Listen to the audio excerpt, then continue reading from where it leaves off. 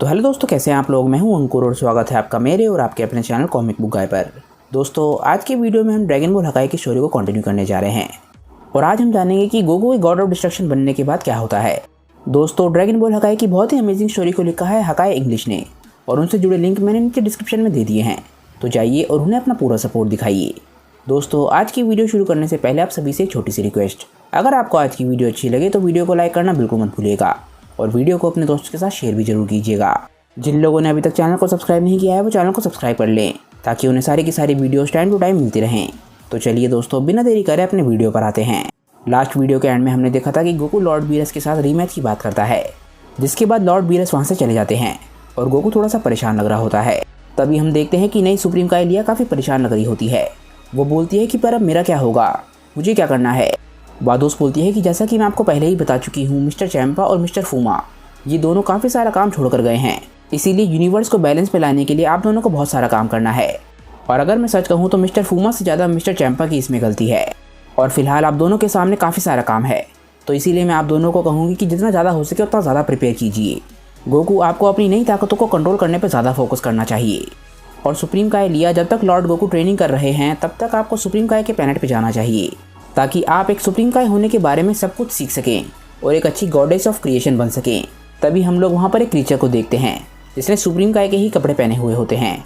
वादोस बोलती हैं कि ये है लॉर्ड किबोरू और ये रिचुअल खत्म होने का ही इंतजार कर रहे थे ताकि ये आपकी मदद कर सकें और ये आपको सुप्रीम काय होने के बारे में सब कुछ सिखाएंगे जो आपको जानने की ज़रूरत है। हम देखते हैं कि लिया एकदम से लॉर्ड किबोरू के पास चली जाती है। लिया लॉर्ड किबोरू के पास जाके उन्हें हाय बोलती है और बोलती है कि आपसे मिलकर काफ़ी अच्छा लगा। लॉर्ड किबोरू भी सेम बात बोलते हैं और बोलती हैं कि मिस, आपसे मिलकर मुझे भी काफ़ी अच्छा लगा। इसके बाद लिया वादोस और लॉर्ड गोकू को गुड बाय कहकर वहाँ से चली जाती है। इसके बाद हमें पता चलता है कि गोकू परेशान क्यों था। वो बोलता है कि मिस वादोस, क्या मुझे ये कपड़े हमेशा पहनने होंगे, क्योंकि मुझे नहीं लगता कि ये कपड़े मुझे ज़्यादा अच्छे लग रहे हैं। वादोस बोलती है कि लॉर्ड गोकू, ये कपड़े सिर्फ फॉर्मल सिचुएशंस में ही रिक्वायर्ड हैं और जब तक आप अपने प्लैनेट पर हैं तब तक आप कोई भी कपड़े पहन सकते हैं। इसके बाद हम देखते हैं कि वादोस एकदम से अपना स्टाफ को ऊपर की तरफ करती है और उसमें से लाइट निकलती है। हम देखते हैं कि गोकू वापस अपने पुराने कपड़ों में आ जाता है और बोलता है कि ये ज़्यादा बेहतर हैं।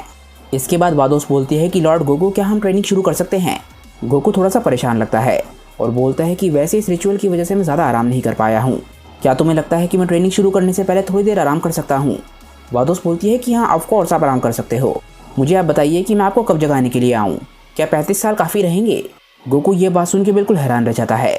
वो बोलता है क्या इसका मतलब ये है कि मुझे कई सालों तक सोना पड़ेगा लॉर्ड बीरस की तरह। वादोस एकदम से स्माइल करती है और बोलती है कि अरे मुझे माफ़ कीजिएगा, लॉर्ड चैम्पा के साथ रहते रहते मैं तो भूल ही गई थी कि सभी लोगों को नेकोसेजियंस जितनी लंबी नींद की ज़रूरत नहीं होती। लगता है अब जब आप लॉर्ड चैम्पा की जगह यहाँ पर आ गए हैं तो यहाँ पर चीज़ें काफ़ी ज़्यादा डिफरेंट होने वाली हैं। इसके बाद हम यूनिवर्स 7 में आ जाते हैं और लॉर्ड बीरस के प्लैनेट ऑफ डिस्ट्रक्शन को देखते हैं। हम देखते हैं कि लॉर्ड बीरस शांति से एक जगह पर बैठे हुए हैं। वीस दूर से लॉर्ड बीरस को देख रहा होता है और बोलता है कि लॉर्ड बीरस, क्या सब कुछ ठीक है। जब से हम लोग वापस आए हैं तब से आप एक ही जगह पर बैठे हुए हैं और इस बात को काफ़ी घंटे बीत गए हैं। लॉर्ड बीरस बोलते हैं, वीस तुम क्या बकवास कर रहे हो, मैं तो सिर्फ शांति को एंजॉय कर रहा हूँ। वीस बोलता है, लॉर्ड बीरस, क्या आपको इस बात का विश्वास है, क्योंकि मुझे यहाँ से देख के ऐसा बिल्कुल भी नहीं लग रहा। लॉर्ड बीरस बोलते हैं, क्या बकवास है, तुम सही बोल रहे हो। सच बताऊँ तो मुझे लग रहा है कि यहाँ पर कुछ ज़्यादा ही शांति हो गई है। मुझे लगता है कि मुझे उन दोनों बेवकूफ़ों की आदत पड़ गई थी क्योंकि वो हर समय शोर मचाए रखते थे। वीस बोलता है, लॉर्ड बीरस, आपने बिल्कुल सही कहा, वो दोनों ही काफ़ी अलग हैं, स्पेशली मिस्टर गोकू। उनके चेहरे पे हमेशा ही कोई बेवकूफ़ाना सा लुक सा रहता है। लॉर्ड बीरस बोलते हैं, वीस, अब जब तुमने गोकू की बात करी है तो मुझे बताओ कि तुम्हें क्या लगता है कि गोकू गॉड ऑफ डिस्ट्रक्शन बनने को कैसे हैंडल करेगा। तुम्हें याद होगा कि उसने खुद ये बात एडमिट करी है कि उसे डिस्ट्रॉय करना बिल्कुल भी पसंद नहीं है। वीस बोलता है, लॉर्ड बीरस, ये सच में काफ़ी अच्छा क्वेश्चन है। मैं भी देखना चाहूँगा कि गोकू गॉड ऑफ डिस्ट्रक्शन होने की जिम्मेदारियों को कैसे निभाता है, पर एक बात को लेकर मैं पूरी तरीके से श्योर हूँ कि अब ये गोकू वो गोकू नहीं रहेगा जिसे हम जानते थे। क्या आपको इसी बात की चिंता है लॉर्ड बीरस। लॉर्ड बीरस बोलते हैं, वीस, ये बात तुम्हें सबसे ज़्यादा बेहतर तरीके से पता होनी चाहिए कि मैं सिर्फ क्यूरियस हूँ, मुझे फ़र्क नहीं पड़ता कि गॉड ऑफ डिस्ट्रक्शन बनने से उसकी पर्सनैलिटी पे क्या फ़र्क पड़ेगा। तभी हम देखते हैं कि लॉर्ड बीरस अपनी जगह से एकदम से खड़े हो जाते हैं और बोलते हैं कि मुझे एक बहुत ही अच्छा आइडिया आया, मैं साइलेंस का इस्तेमाल करता हूँ और एक छोटा सा नैप ले लेता हूँ। मुझे करीब 1 महीने में उठा देना, उसके बाद हम धरती पर चलेंगे ताकि हम कुछ खा सकें। वीस बोलता है, लॉर्ड बीरस, जैसा आप कहें। हम देखते हैं कि बीरस एकदम से उड़ के अपने प्लैनेट के अंदर जाने लग जाता है और तभी हम लॉर्ड बीरस को फिर से देखते हैं वो काफ़ी सोच में लग रहे होते हैं। वो खुद से बोलते हैं कि मुझे देखो, मैं भी क्या सिंपल ह्यूमंस के बारे में सोच के अपना टाइम वेस्ट कर रहा हूँ। लगता है जितना लग रहा था मुझे उससे ज़्यादा उनकी फ़िक्र है। इसके बाद हम वापस यूनिवर्स 6 में आ जाते हैं और एक दिन बीत चुका होता है और एक लंबे आराम के बाद गोकू ने अपनी गॉड ऑफ डिस्ट्रक्शन की ट्रेनिंग को शुरू कर दिया होता है ताकि वो अपनी नई पावर्स को मास्टर कर सके। वादोस बोलती है, लॉर्ड गोकू, आपका सबसे पहला स्टेप ये है कि आप एनर्जी ऑफ डिस्ट्रक्शन को एक्सेस करने की कोशिश करें। गोकू बोलता है, वादोस मुझे बताओ कि मैं ये कैसे कर सकता हूँ। वादोस बोलती है कि इस पावर को सही तरीके से इस्तेमाल कर पाने के लिए काफ़ी सारे लेवल्स हैं और जैसे जैसे इस ताकत के साथ आप और ज़्यादा एक्सपीरियंस गेन करते जाएंगे आप नेक्स्ट लेवल पे मूव करते जाएंगे। और सबसे पहले शुरुआत के लिए आपको अपने इमोशंस को फील करना होगा। डिस्ट्रक्शन के इमोशन को सबसे पहले फील करना सबसे ज़्यादा ज़रूरी है। गोकू बोलता है, इमोशंस, क्या इन इमोशंस को मैं अपनी फीलिंग्स के ज़रिए एक्सेस करने की कोशिश करूँ? वादोस बोलती है, बिल्कुल सही कहा। जब आप किसी चीज़ को डिस्ट्रॉय कर रहे होते हो तो ये एक नेचुरल बात है कि आपके अंदर इमोशंस आएंगे जो कि गुस्से के होंगे। गोकू एकदम से स्माइल करता है और बोलता है कि ये तो मेरे लिए काफ़ी आसान होने वाला है क्योंकि मैं खुद को कंट्रोल करना सीख गया था जब मैंने सुपर सैयन का इस्तेमाल करना शुरू किया। वादोस बोलती है कि ये इतना ज़्यादा आसान नहीं होने वाला। आपका गुस्सा एक डायरेक्शन में होना चाहिए और आपके मन में एक प्योर इमोशन होना चाहिए जो कि होना चाहिए डिस्ट्रक्शन का। इसीलिए आपको अपने मन से हर तरीके के इमोशंस को हटाना होगा, जैसे कि हेजिटेशन, जिसके बाद सिर्फ डिस्ट्रॉय करने की ज़रूरत आपके मन में रहनी चाहिए। गोकू बोलता है कि मुझे लगता है कि वेजिटा भी इसी बारे में बात कर रहा था जब लॉर्ड बीरस ने उसे हकाई का इस्तेमाल करना सिखाया। वादोस बोलती है कि आप शुरुआत में देख के ये चीज़ सोच सकते हैं, इसका फॉर्मूला भले ही सेम हो पर रिजल्ट दो अलग अलग होंगे। एक मॉर्टल सिर्फ ये कर सकता है कि वो इस एनर्जी को स्टिमुलेट कर सकता है ताकि वो हकाई का इस्तेमाल कर सके, जो कि एनर्जी ऑफ डिस्ट्रक्शन की सिर्फ एक टेक्निक है और ये उतनी ज़्यादा ताकतवर नहीं है जितनी एनर्जी ऑफ डिस्ट्रक्शन होती है। इसीलिए वो एनर्जी एक असली हकाई की एनर्जी का मुकाबला नहीं कर सकती। गोकू बोलता है, वाह, ये तो बहुत ही कमाल की बात है। वादोस बोलती है कि चलो देखते हैं कि आप प्रैक्टिस में क्या कर पाते हैं। जो मैंने अभी कहा उसे ट्राई करने की कोशिश कीजिए।